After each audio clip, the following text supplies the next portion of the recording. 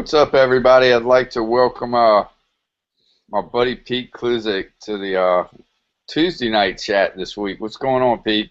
Hey, Ricky, man, thanks for having me. It's finally springtime at my house.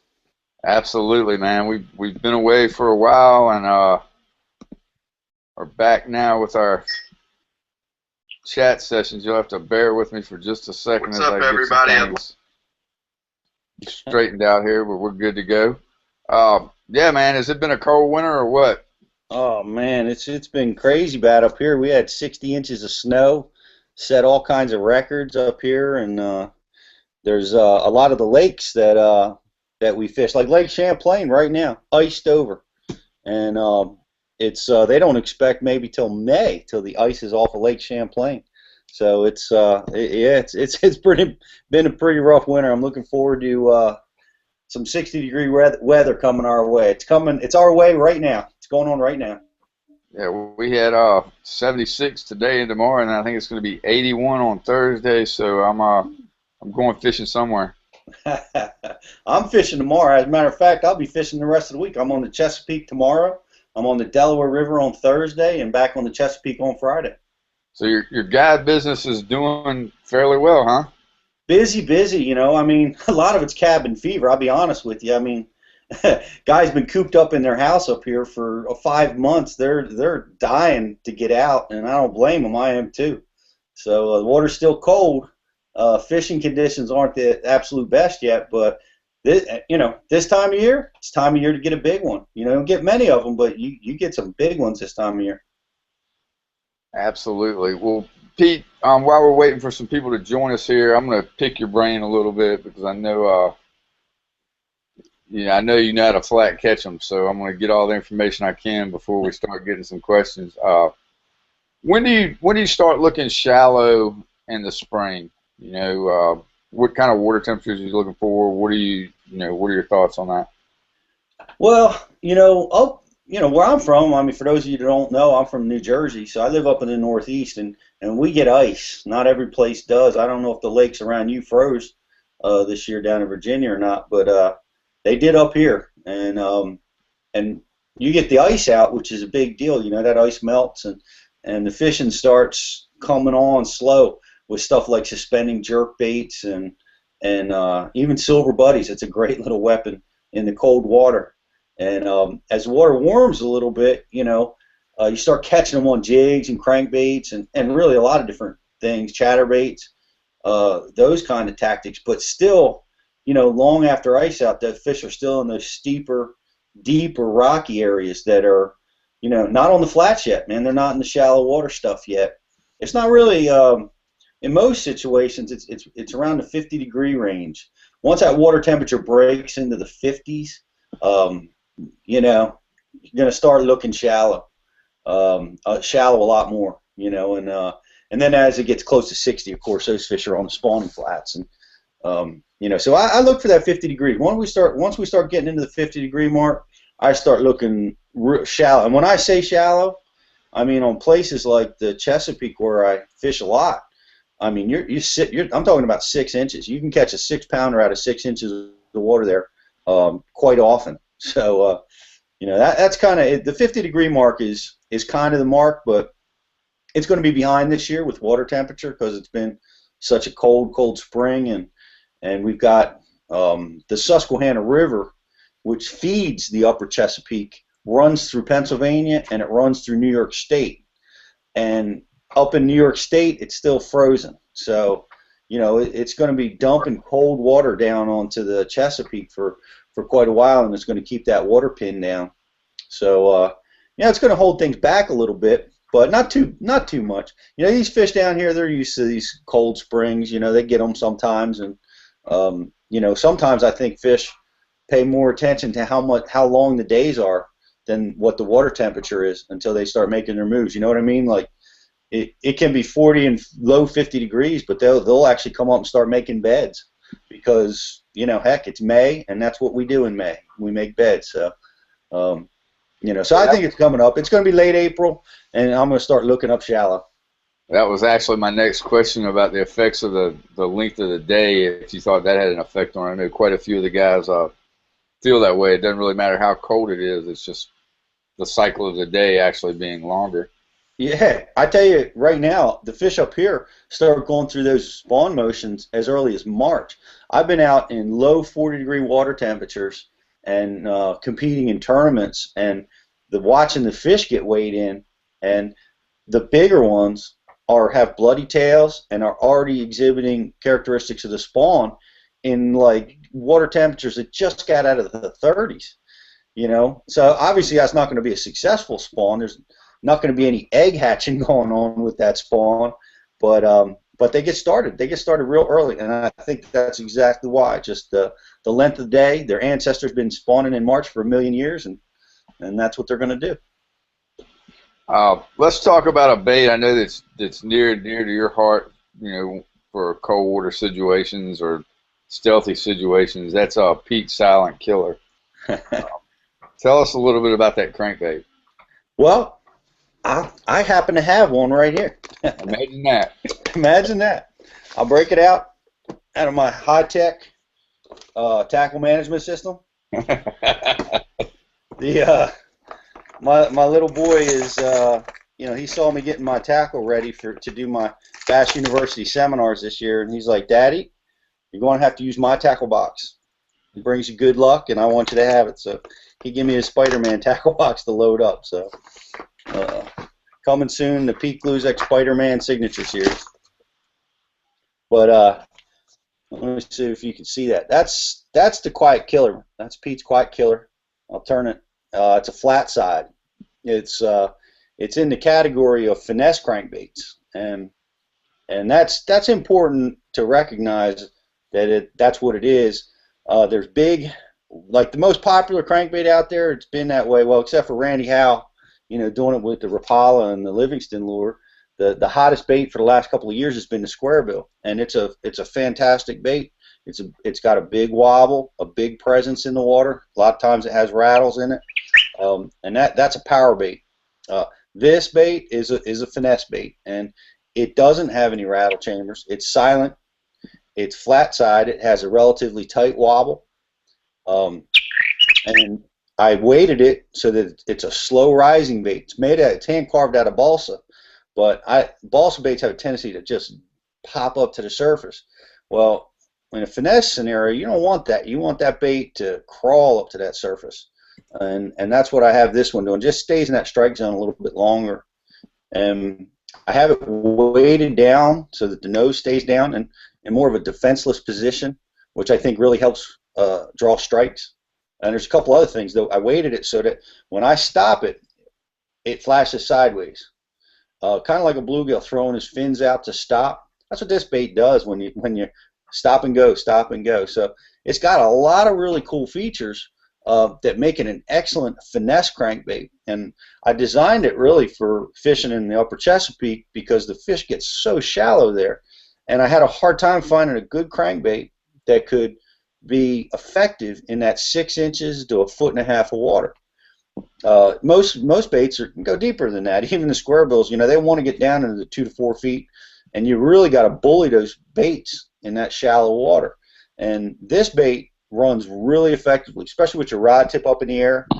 Run this bait from 6 to 12 inches to 18 inches of water very effectively, and it triggers strikes a lot well in that water. Because what happens when the fish get that shallow, a lot of times they get real weary of your presence. They're a little bit spooky, hard to trigger strikes from sometimes. So a finesse crankbait seems to be the best tool to get them going in that scenario. So you know, they're just some of the design features I worked on it, but I really designed it for fishing with inside glass lines. That's what makes it so special. Hang on, Pete. I was having some technical issues there. I thought you were having a party on me over there while I was talking. Hey, where would somebody go look for those crankbaits? Where would be the best place to find them? Well, you got to go to Susquehanna Fishing Tackle. They're really the primary retailer for the bait. They're manufactured in Lancaster, Pennsylvania. Through my, you know, I designed the bait, and I got a guy named Bob Allen that's been hand carving crankbaits for the last 50 years, and he hand carves every one of these for me, and hand tests them and tunes them. And Susquehanna Fishing Tackle is the only place that has them. It's sfttackle.com. That's the only place you can get them right now. And that's Pete Silent Killer there, great cold water crankbait. I got a question about Bass University, but I'm going to hold that for a minute. And while we're talking about this springtime fishing, I wanted to talk to you a little bit about power poles. And do you think they're really important? Do you think guys need them? Is it worth the investment? Man, I tell you, sometimes I'd give my sonar back if I got to keep my power poles.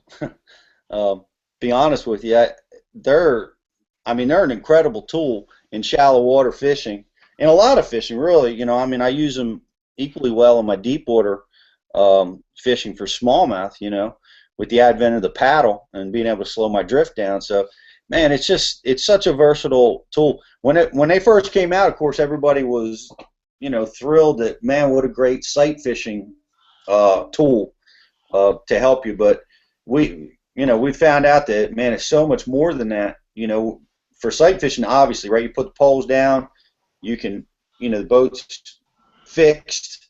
You can, especially if you have two poles, you can fix that boat and you can watch that fish's movements. Tremendous weapon for that. But so many other ways it's really tremendous, and especially in grass bed fishing, which I do a lot of.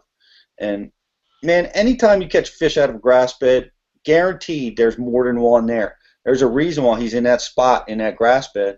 And when you catch that fish, I've gotten into the habit that I have the remote foot controls on the front of my bass cat. And when I catch that fish, it's instinctive now. I just step on the down button and fix my boat into place, and while I land that fish. And I land that fish if I'm in a tournament. I get the fish in, I do a call, I get back up to the front deck. I am right back in the heart of where I got that fish to strike, and I can catch a lot more fish as a result. It's pretty amazing, really. They're, you know, from that, you know, statement. That's great, right? What else are they good for? I mean, I'm always fishing shallow. I'm always up on the rocks or close to them.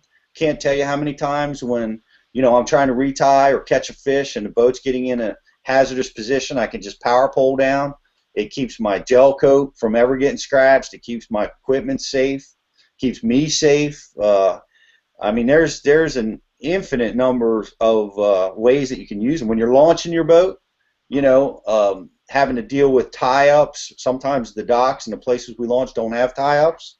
You can power pole down and ease yourself right up to the bank, and you know, up on the bulkhead. There's just so many ways to use them that I think I'm going to keep finding more ways to use them. I'll be honest with you. I like I said, sometimes I'd give my sonar back if I was able to keep the power pole. Hey, I've got a question here from Tide Nut. You know, it's springtime. Swim jig is a big deal for a lot of guys. Can you tell us a little bit about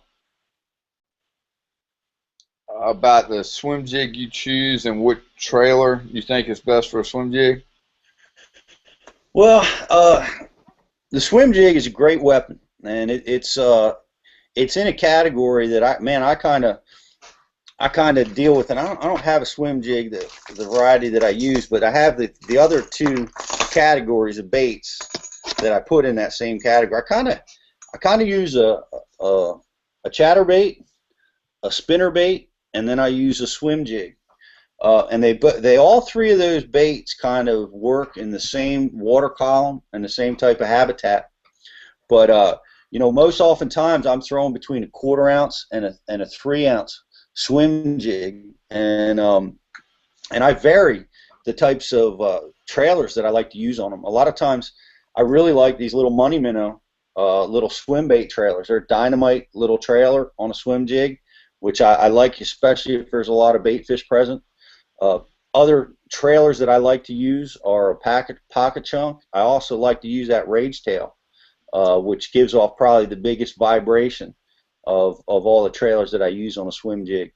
And what I find is that swim jig can draw strikes when those other two applications can't. And that's what makes it really, really special. Uh, and that's saying a lot.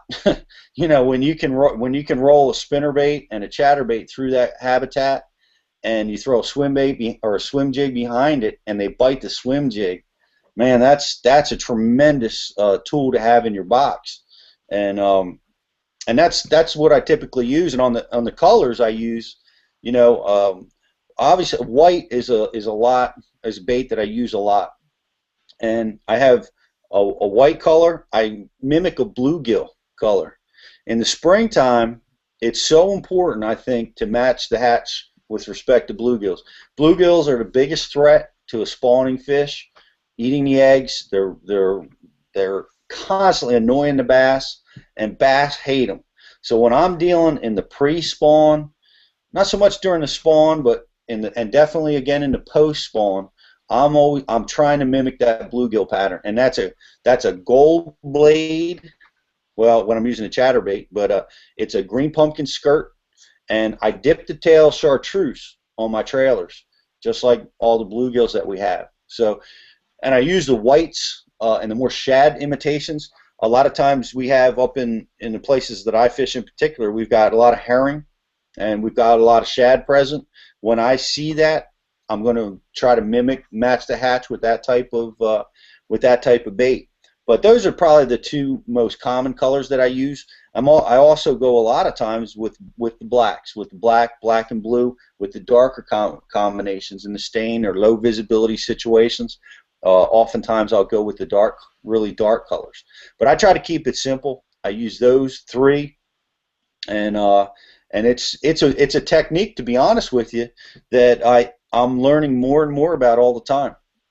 There's a couple different ways I retrieve it. I use either a steady retrieve, or I use what I call the North Carolina retrieve, because a guy from North Carolina showed me, is where I'm putting rattles in that bait, and I'm snapping that line.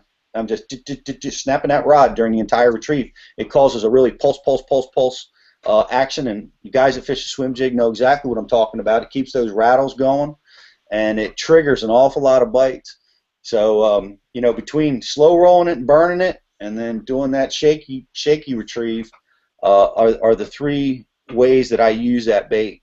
But I honestly, I've got a lot to learn about it, because it's awful hard to get a chatterbait out of my hand when the water's cold and it's in the pre-spawn, and definitely in the post-spawn.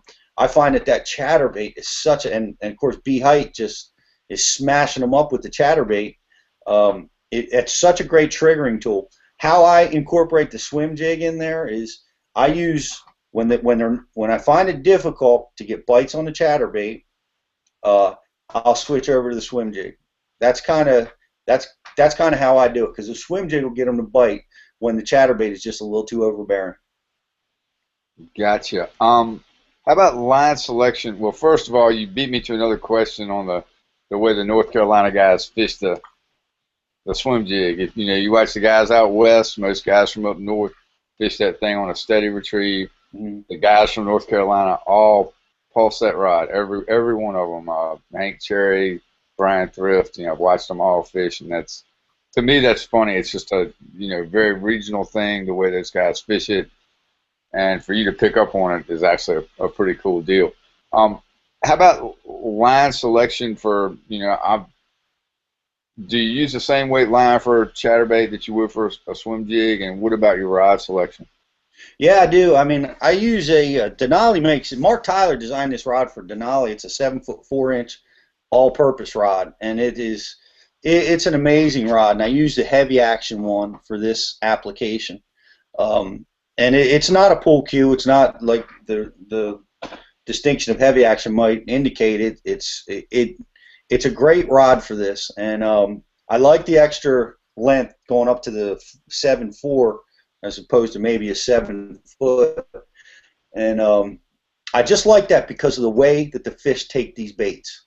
And oftentimes they're hitting these baits from behind, which puts an angler in a bad spot a lot of times, because a lot of times you have that rod up at 10 o'clock when you're working this bait, and boom, the strike comes, and you're out of position, and you still got to be able to get that hook set and move line.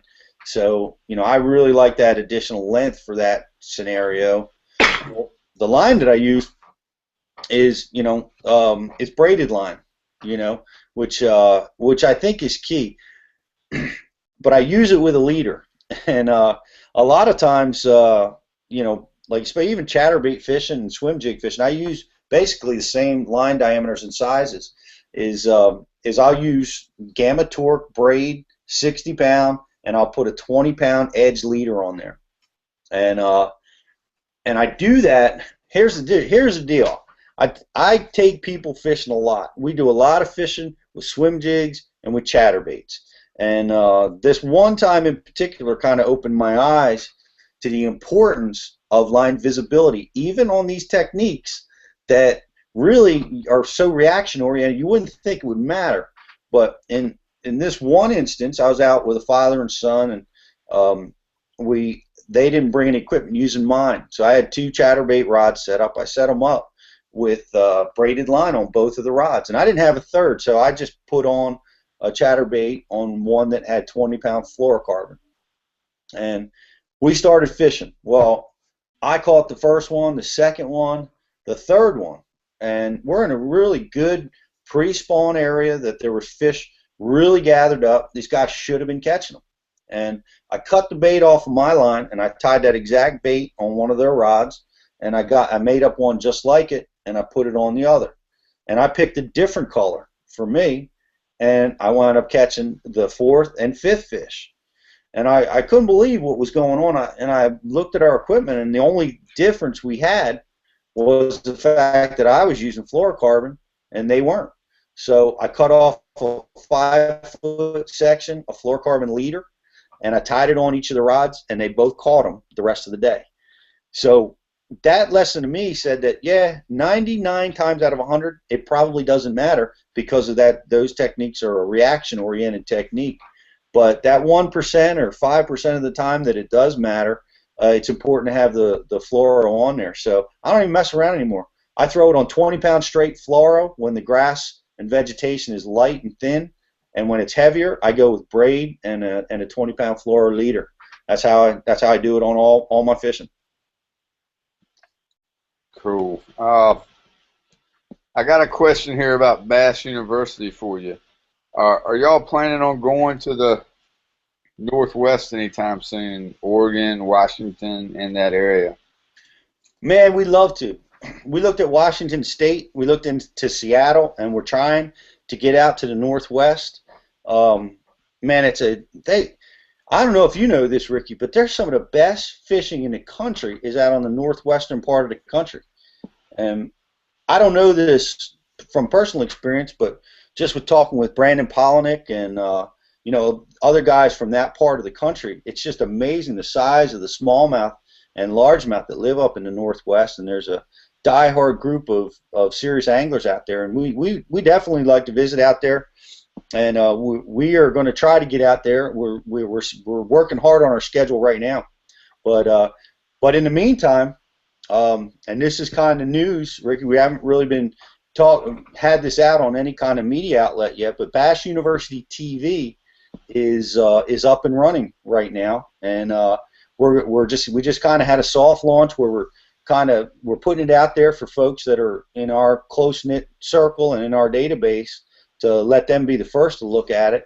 And but what we've done is we've televised our Bass University events around the country, and we're making that available on the internet through a subscription basis, and that's available for the guys in Washington State right now. You can go on right now.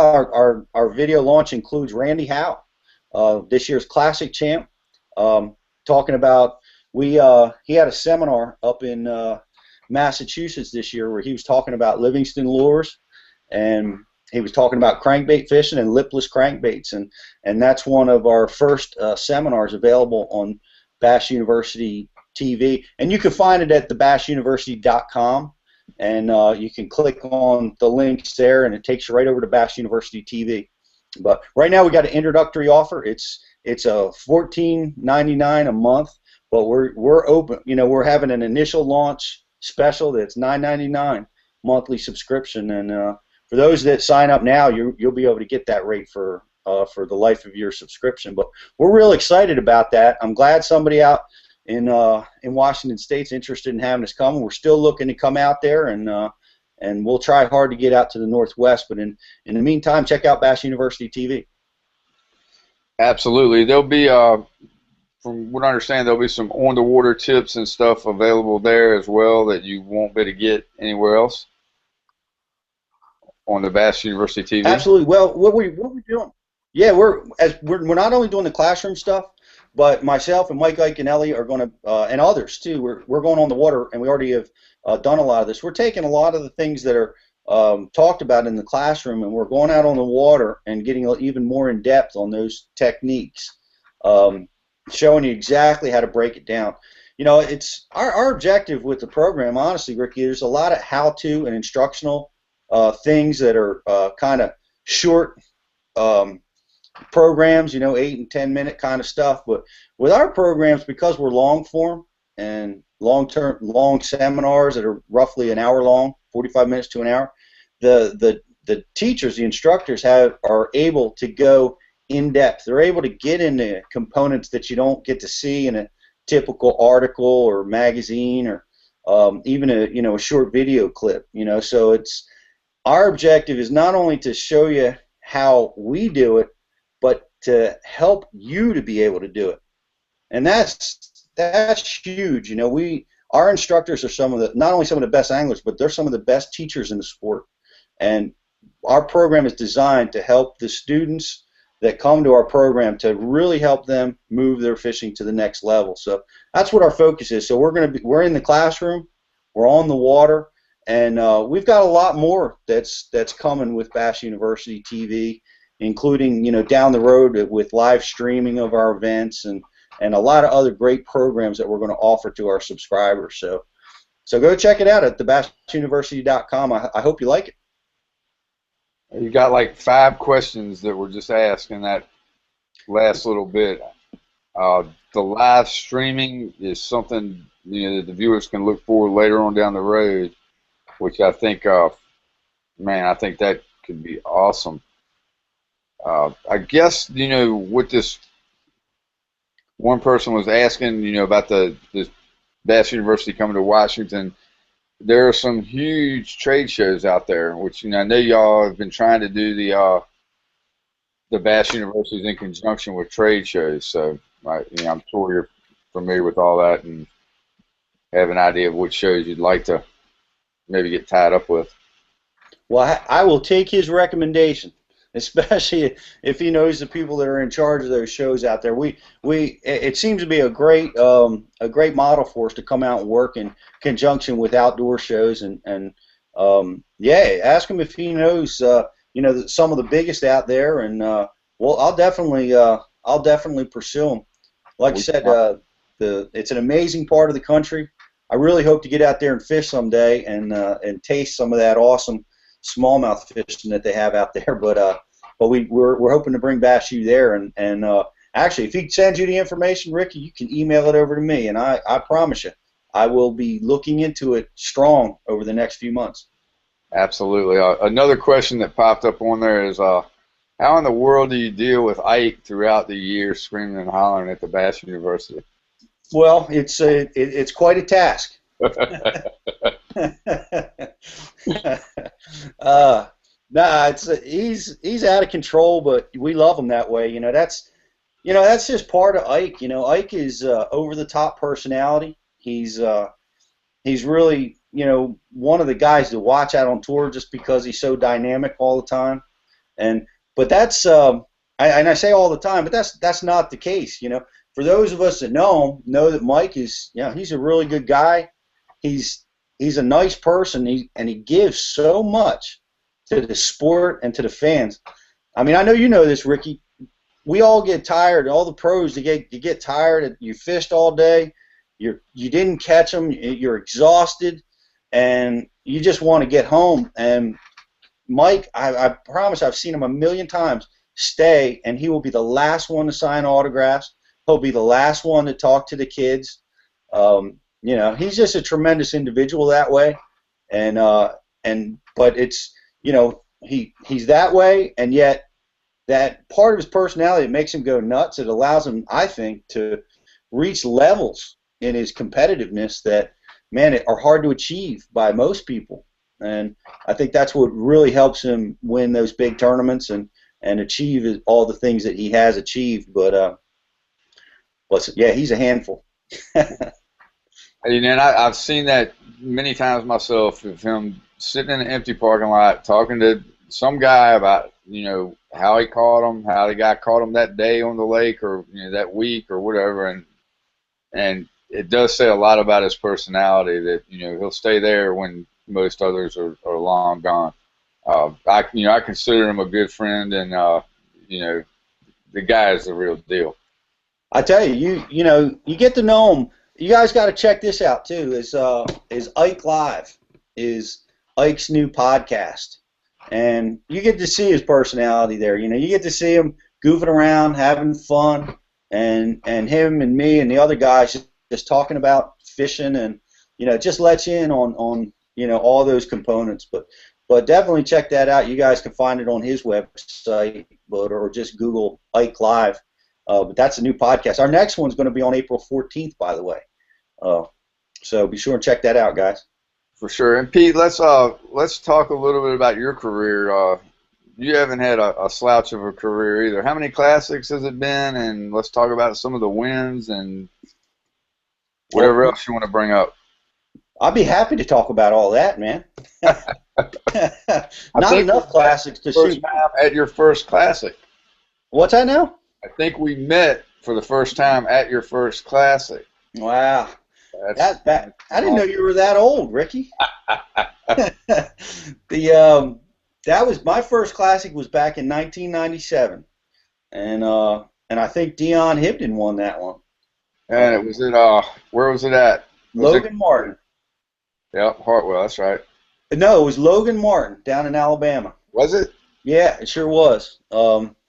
I remember that Dion Hibden won it on a shaky head finesse worm, fishing docks on the lower end of the lake, and that was an amazing deal for me. I mean, that was actually my first full season was 96 and 97 were my first year on the top 100, right? That's what they used to call it back then.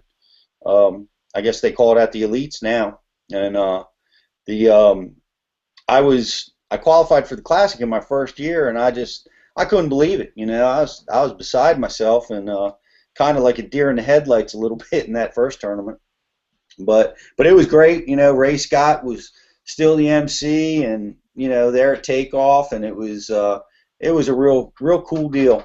And I made it again in '99 down at the Louisiana Delta, and then I spent some time at the FLW, and I fished the FLW championship, and then of course last year in 2013 I'm back at the Classic again for the first time in a while, and down at Grand Lake, and it was awesome. Those championships were awesome to be part of.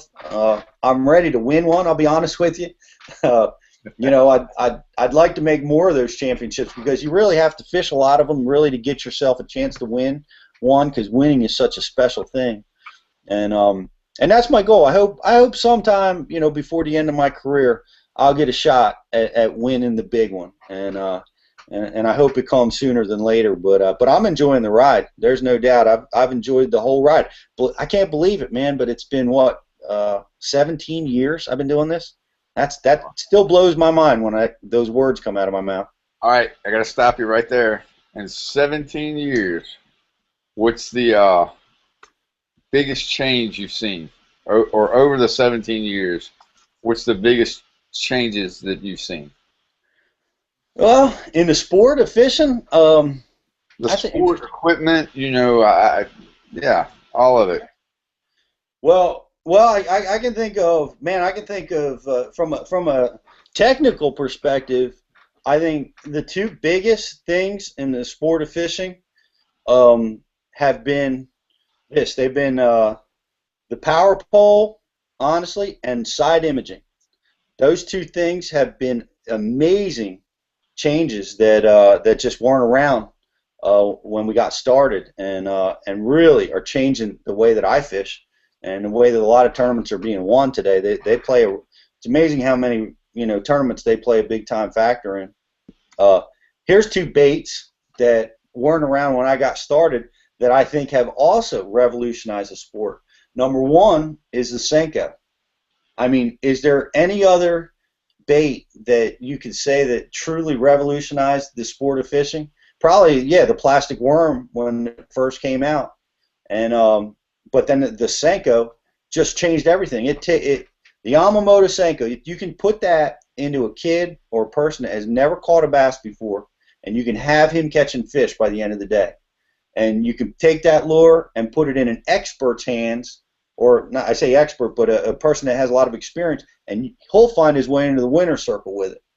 I mean, that bait is truly a revolutionary bait, and as is the bait we already talked about, which is the chatterbait.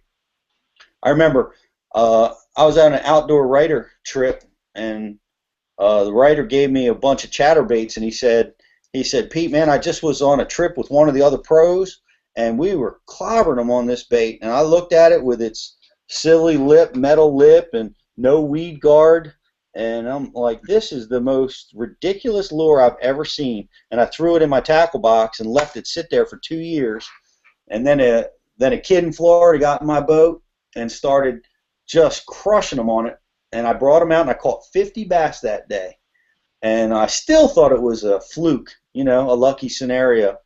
And then Brian Thrift came out and started winning tournaments with it, and that's when I realized I made a big mistake, and I've put it on, I've tied it on. I don't think I've taken it off since then for like the last 10 years or so. But I think those baits changed fishing in the last 17 years. Those the power pole and the side imaging have really revolutionized fishing quite a bit. And what else has changed is there's just from a tournament perspective, is there's so many more tournaments now on the professional level all the way down to the amateur level. There's just an infinite tournament organizations and groups. And the thing that I'm most excited to see, I'll be honest, I'm thrilled to see it, is the high school fishing teams and the college fishing teams. Two great new additions to our sport. I volunteer to be a captain on both of those programs whenever I can, and the kids are awesome. It's amazing how much they know at such a young age, and I'm really excited to see those two changes coming, and I really think they're going to be big over the next 5 years. Yeah, I've got one that's come up through that TVF program, and wow, it is truly amazing how good the youth of today are. I guess they have so many more resources than what we had when, you had to have somebody show you when we were coming up. Now you can Google it, come to a Bass University, whatever the case is, and the amount of knowledge. Even with the, you're talking about the side imaging and that stuff's so far over my head, man. I'm still using a flash. Well, I'll tell you, that stuff can be kind of tricky, but man, I'm loving it. But the tournament I won at Cayuga, I don't know if you remember that story. The one that I won, in 12, I had all my electronics crashed on me. I had a problem and everything shut down. I had to re-strategize my tournament so that I could triangulate, and I wouldn't need my GPS to be able to do it, because I still had a little bit of sonar on one of the units where I could tell the depth, and I could also tell whether or not there was grass there. It was basically a flasher, but that's all I had, and I was able to win that tournament without a lot of that stuff. So it sounds contradictory to what I just said, but at the same time, man, it's helped my fishing so much to be able to see out to the side, to be able to identify the height and depth of structure and how far they are away and what kind it is. It's really, and I'm learning a lot. I'm still learning how to use it, man. It's some valuable stuff, I promise you. Coming into your wheelhouse in August, I think, is an Elite Series event. How many phone calls have you gotten about that? Well, I've gotten a few. I promise you, I've gotten a few, and there's a lot of interest in the Delaware River, is what we're talking about, and It's coming to the elites in August. It's a river that I think only 2 people on the elite trail have ever fished. Both friends of mine, Mike Iconelli and Joe Sancho, a rookie on the elites. And very few people have experience on that river. And it's so at the Bass universities and here and there, a lot of people have been asking me questions about the river, but it's gonna catch some of them. I mean, these guys are really talented anglers, so it's not gonna catch them way off guard. But it's a unique river. I will say that.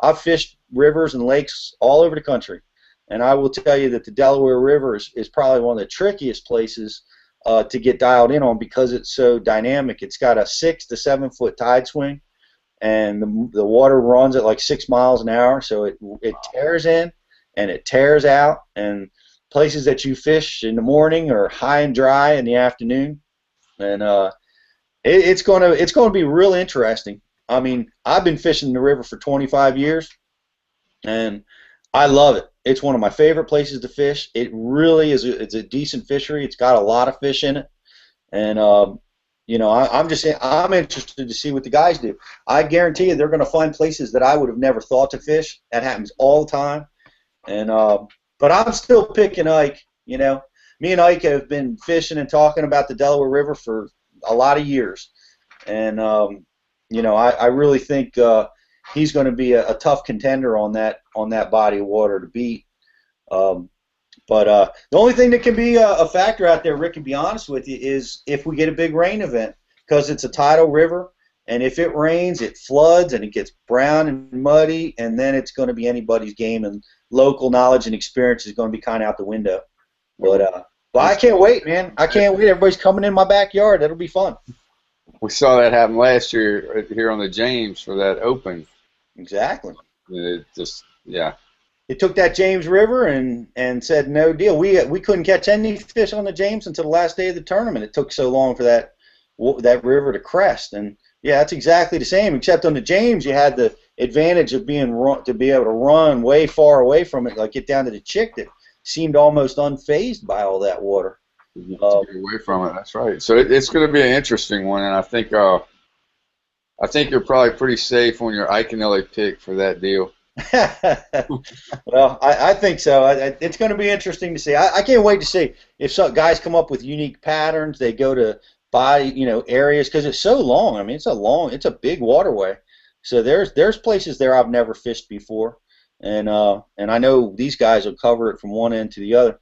I mean, the only thing I could be more excited about is if I was actually in the tournament, which I am not. But maybe next time. We'll go ahead and get ready to wrap this up. I do have one other Bass University question for you. Any plans to visit Birmingham or Nashville in the upcoming year or years? Is that in the future? Yes. There are 2 areas that we love. Nashville is one of the areas that we love to fish, or we love to go to. We went there on our first year, and we had one of our biggest draws that we've ever had down in Nashville, and we definitely want to get back. We're going to be back there real soon. Birmingham is where it all got started, and we want to go there. We get a lot of requests to come down to the Birmingham area, and it's on our radar. We definitely are coming, hopefully next year, but we will definitely keep you posted. Like us on Facebook. That's where we're, it all happens real fast for us. So like the Bass University on Facebook. Sign up for our newsletter at thebassuniversity.com. And of course, check us out at the Bass University TV. We've got a lot coming there. So it's good stuff.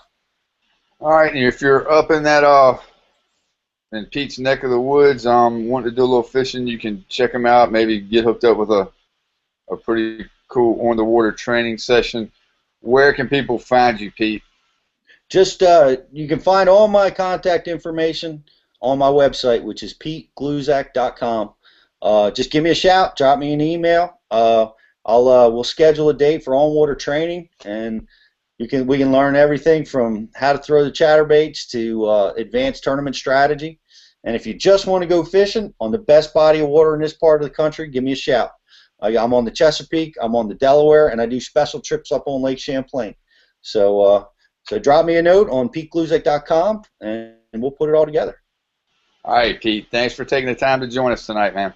Hey, Ricky, thanks for having me, man. I appreciate it, and I'm sure we'll be doing this again soon. Absolutely, brother. Have a great night.